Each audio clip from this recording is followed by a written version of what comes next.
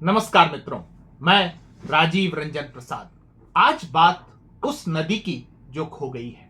एक ऐसी नदी जिसके तट पर आरंभिक भारतीय सभ्यताएं पुष्पित पल्लवित हुई, जिसके उल्लेखों से प्राचीन भारतीय वाङ्मय अटा पड़ा है, लेकिन अचरज देखिए कि आज वह विलोपित है। उसके अस्तित्व पर सवाल खड़े किए जा रहे हैं। मैं आज उसी पवित्र नदी का वृतांत लेकर उपस्थित हुआ हूं, जिसे प्लाक्षवती, वेद स्मृति, वेदवती, अन्नवती, उदकवती आदि नामों सहित सरस्वती नदी के नाम से वैदिक ग्रंथों में संबोधित किया गया है। वही नदी जिसके तट पर ऋग्वेद सृजित हुए, एक ऐसी नदी जिसकी कहानी सुनाने जा रहा हूं। वह कभी हिमालय से निकलकर राजस्थान के निकट समुद्र में विसर्जित होती थी। ऋग्वेद के नदी सूक्त का एक मंत्र स्पष्ट करता है कि कभी सदा नीरा रही सरस्वती नदी की प्रवाह दिशा यमुना नदी के पूर्व तथा सतलुज नदी के पश्चिम में रही थी। यदि सरस्वती नदी के अन्नवती जैसे नामों के पर्याय पर दृष्टि डाले तो स्पष्ट होता है कि इसकी घाटी के किनारे अन्नोत्पादन प्रचुरता से होता रहा था। यदि ऐसा है तो इसमें संदेह क्यों कि एक समय सरस्वती नदी के किनारे सभ्यताओं का निर्माण और विकास हुआ होगा।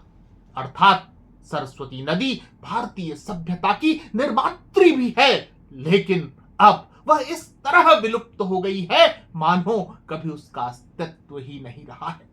विषय में आगे बढ़ते हुए सर्वप्रथम सरस्वती नदी के अस्तित्व पर बात करते साहित्यिक साक्ष्यों का हम अवलोकन करते हैं।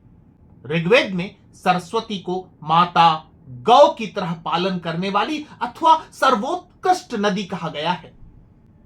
यजुर्वेद की वाजस्नेय संहिता 5 नदियों को पूरे वेग से सरस्वती नदी में प्रविष्ट होने का उल्लेख करती है। अर्थात संभव है पंजाब की पहचान 5 नदियां एक समय सिंधु नहीं अपितु सरस्वती नदी की प्रवाह प्रणाली का हिस्सा रही है।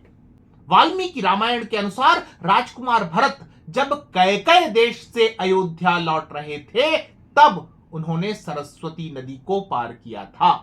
महाभारत के शल्य पर्व में सरस्वती नदी के तट पर स्थित अनेक प्रकार के तीर्थों का वर्णन है, जिनकी यात्रा हलधर बलराम ने की थी। श्रीमद् भागवत में यमुना तथा दृशद्वती नदियों के साथ सरस्वती का भी उल्लेख है। इसके बाद शनैः शनैः सरस्वती विभिन्न भूवैज्ञानिक कारणों से विलोपित होती चली गई। यही कारण है कि बाद के ग्रंथों में उल्लेखित सरस्वती सांकेतिक हैं, पूज्य हैं, परंतु प्रवाहमान अथवा अन्नपूर्णा नहीं है।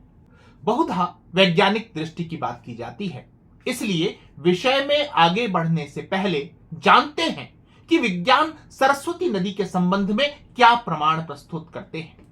आज वैज्ञानिकों ने अंतरिक्ष चित्रों अथवा सैटेलाइट इमेजरी का सहारा लिया। सरस्वती नदी के सभी पुरा प्रवाहों, बहाव, धाराओं की पहचान की। इस शोध में भारतीय अंतरिक्ष अनुसंधान संस्थान ने भी मदद की थी। गहन अध्ययन के पश्चात ऋग्वेद तथा अन्य पौराणिक ग्रंथों में उल्लेखित सरस्वती नदी की एक प्रमुख सहायक परंतु वर्तमान में सूखी हुई घग्गर हकरा नदी को चिन्हित कर इसका अध्ययन किया गया, जो किसी समय हरियाणा से राजस्थान होकर बहती थी और फिर सरस्वती में समाहित हो जाया करती थी। यह समस्त अध्ययन नेचर वेबसाइट में छपे शोध प्रपत्र में देखा पढ़ा जा सकता है, जिसके अनुसार वैज्ञानिकों ने अध्ययन समयावधि को 2 भागों में बांटा है। एक 78,000 ईसा पूर्व से लेकर 18,000 ईसा पूर्व तक और दूसरी 7,000 ईसा पूर्व से लेकर 2,500 ईसा पूर्व तक। इन दोनों ही अवधियों में सरस्वती नदी निरंतर बिना किसी रुकावट के बहा करती थी। गहन शोध के पश्चात निष्कर्ष निकाला गया कि सरस्वती नदी हिमालय से निकलती थी तथा वह कच्छ के रण गुजरात में विलुप्त हो गई।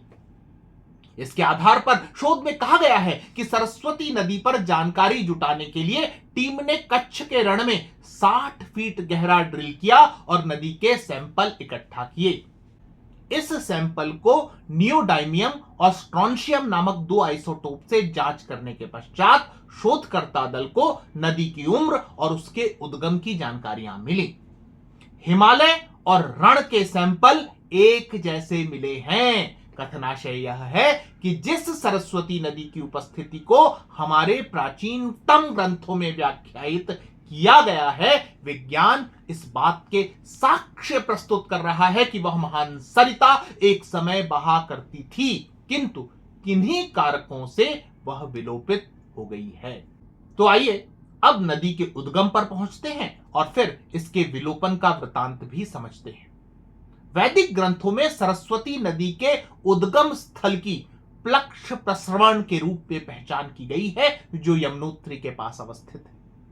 भारतीय पुरातत्व परिषद के द्वारा सामने रखे तथ्यों के अनुरूप सरस्वती नदी का उद्गम उत्तराखंड में रूपण नाम के हिमनद से होता है, जो सरस्वती जलधार के रूप में आदि बद्री तक पहुंचता था। अब दोनों ही उद्गम तथ्यों को हम मान लेते हैं, तब क्या सरस्वती नदी दो पृथक धाराओं के समागम से उसी तरह बनी होगी जैसे अलकनंदा और भागीरथी नदी के संगम के बाद गंगा बनती है? यह भी संज्ञान में लेना चाहिए कि हिमालय नए पहाड़ हैं। सतत और तीव्र अपर्दन के कारण संभव है कि सरस्वती नदी के अस्तित्व को खतरा उत्पन्न हो गया हो। उद्गम की ओर होने वाले कटाव को शीर्ष अपर्दन, हेडवर्ड इरोजन कहते हैं। उद्गम की ओर अपर्दन करने से जल विभाजक पीछे की ओर खसकता चला जाता है। क्या इसी तरह खिसकते खिसकते ऐसी स्थिति निर्मित हुई कि सरस्वती नदी का उद्गम यमुना नदी की घाटी में मिल गया? इस तरह सरस्वती की मुख्य धारा का यमुना नदी में विलोपन हो गया। क्या यमुना और सरस्वती नदी का इस प्रकार एकीकार होना ही पुरा पुस्तकों में वर्णित प्रयाग में तीन नदियों के संगम की ओर इशारा है? वैज्ञानिक अन्वेषण और पेलियोचेनल्स के अध्ययन से यह स्पष्ट होता है कि पहले यमुना और कालांतर में प्रमुख सहायक नदी सतलुज से प्राप्त होने वाला जल भी सरस्वती नदी को मिलना बंद हो गया, क्योंकि यह नदी पश्चिम दिशा में खसककर सिंधु नदी में मिल गई। इसके अतिरिक्त दो अन्य वर्तमान में लुप्त हो गई नदियां दृश्यद्वती और हिरण्यवती भी सरस्वती की सहायक नदियां थीं, जिनका प्रवाह भी सरस्वती को प्राप्त होना बंद हो गया।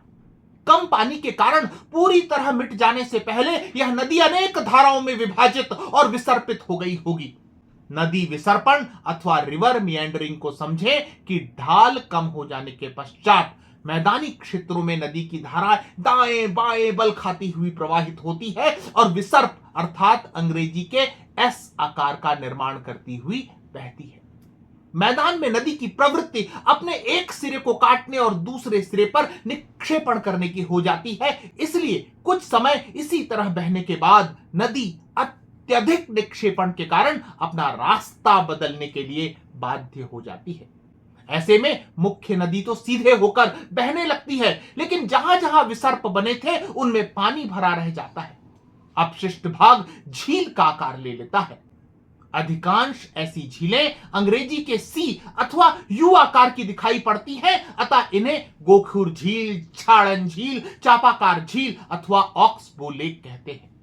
ऐसे ही सरस्वती नदी पूरी तरह सूखने से पहले अनेक स्थानों पर तालाब झील के रूप में प्रवाह से कटकर थम गई। उदाहरण के लिए सरस्वती के किनारे ब्रह्मावर्त था, कुरुक्षेत्र था, परंतु आज वहां गोखुराकार जलाशय हैं, जो स्वभावतः उसी भूवैज्ञानिक प्रक्रिया से बने हैं जिसका उल्लेख मैंने किया। वे महान सरस्वती नदी का हिस्सा हैं। नवीन शोध कार्यों से यह स्पष्ट होने लगा है कि पाठ्य पुस्तकों में भारत में सभ्यता के इतिहास का प्राचीनतम दर्शाने वाली हड़प्पा संस्कृति, जिसे हम सिंधु घाटी की सभ्यता भी कहते हैं, वस्तुतः सिंधु सरस्वती घाटी सभ्यता थी। क्या हमने इस सभ्यता को सिंधु घाटी बताने में शीघ्रता दर्शाई है और सरस्वती नदी के योगदान को हम पूर्णतः अनदेखा कर गए हैं? सरस्वती नदी की खोज पर अब बहुत काम हो चला है। सरस्वती नदी के किनारे किनारे ही हड़प्पा सभ्यता के पीलीबंगा, कालीबंगा और लोथल जैसे प्रमुख शहर बसे थे। यही नहीं, प्राचीन सरस्वती नदी घाटी में हुए शोध हड़प्पा के समानांतर भी कतिपय प्राचीन सभ्यताओं के होने की गवाही देते हैं। कथनाशय यह है कि यदि हम सिंधु घाटी की सभ्यता के पतन के कारण को समझना चाहते हैं तो हमें सरस्वती सभ्यता के विलोपन के कारणों को पहले जान लेना चाहिए। यदि इसी सिरे को पकड़कर अलग अलग कालखंड में सरस्वती नदी को लेकर प्राप्त होने वाले साहित्यिक साक्ष्यों को हम टटोलते हैं तो सदा नीरा से विलुप्ति तक का संपूर्ण विवरण हमारे सामने आ जाता है। वैदिक समयों में जब सरस्वती नदी प्रवाहमान थी, उसे लेकर नदी महिमा की ऋचाएं हैं। महाभारत की समयावधि में जब यह नदी प्रवाहित थी परंतु उसके विलोपन की प्रक्रिया भी सतत चल रही थी, इसे महसूस किया जा रहा था। यही कारण है कि महाभारत में एक ओर जहां सरस्वती नदी के किनारे बसे नगरों और तीर्थों का वर्णन मिलता है, दूसरी ओर इस नदी के सूखते जाने का वृतांत भी प्राप्त होता है। कविता तत्वों में से बिंब को अलग कर इसे समझें, क्योंकि महाभारत के उल्लेख बताते हैं कि निषादों से द्वेष हो जाने के कारण सरस्वती नदी ने उनके क्षेत्रों में जाना बंद कर दिया था। निहितार्थ यह है कि नदी का पानी घटने लगा होगा, जिससे नाव का उसमें संचालन कठिन हो गया। नावों पर गुजर बसर करने वाले नदी से उपलब्ध रोजगार को अब न पा सकते होंगे। यही तो नदी निषाद द्वेष है। महाभारत में अनेक संदर्भ ऐसे हैं जिनसे जानकारी मिलती है कि सरस्वती नदी मरुस्थल में विनाशन नामक स्थान पर लुप्त हो जाती थी, परंतु पुनः अन्यत्र किसी स्थान से प्रकट होती थी। नदी में पानी का समय पर्यंत घटता जाना ही क्षेत्र के मरुस्थलीकरण की ओर इशारा है। रेतीली जमीन में पानी का भूमिगत रास्ता ले लेना भी एक सामान्य भूवैज्ञानिक घटना है और पुनः धरती पर बाहर निकल आना भी एक ऐसी ही प्रक्रिया। इस दृष्टिकोण से देखें तो महाभारत सरस्वती नदी के शनैः शनैः विलोपन का इतिहास हमारे सामने रख देता है।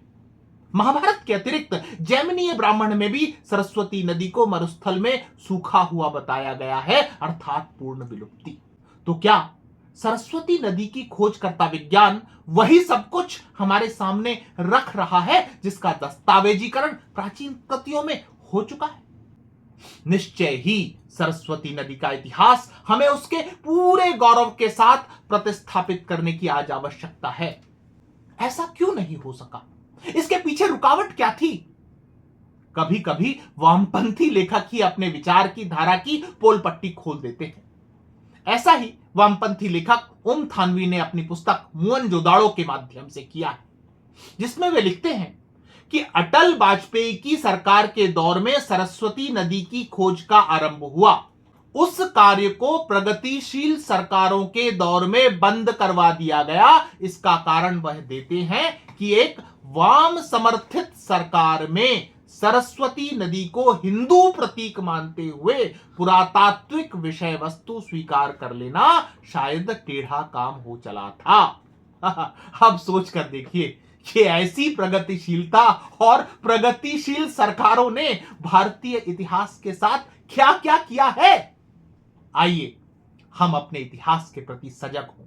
आइए हम सचेतन हो कि हमारी सरस्वती नदी कहां थी, कैसी थी और आज उसकी खोज कहां तक पहुंची है।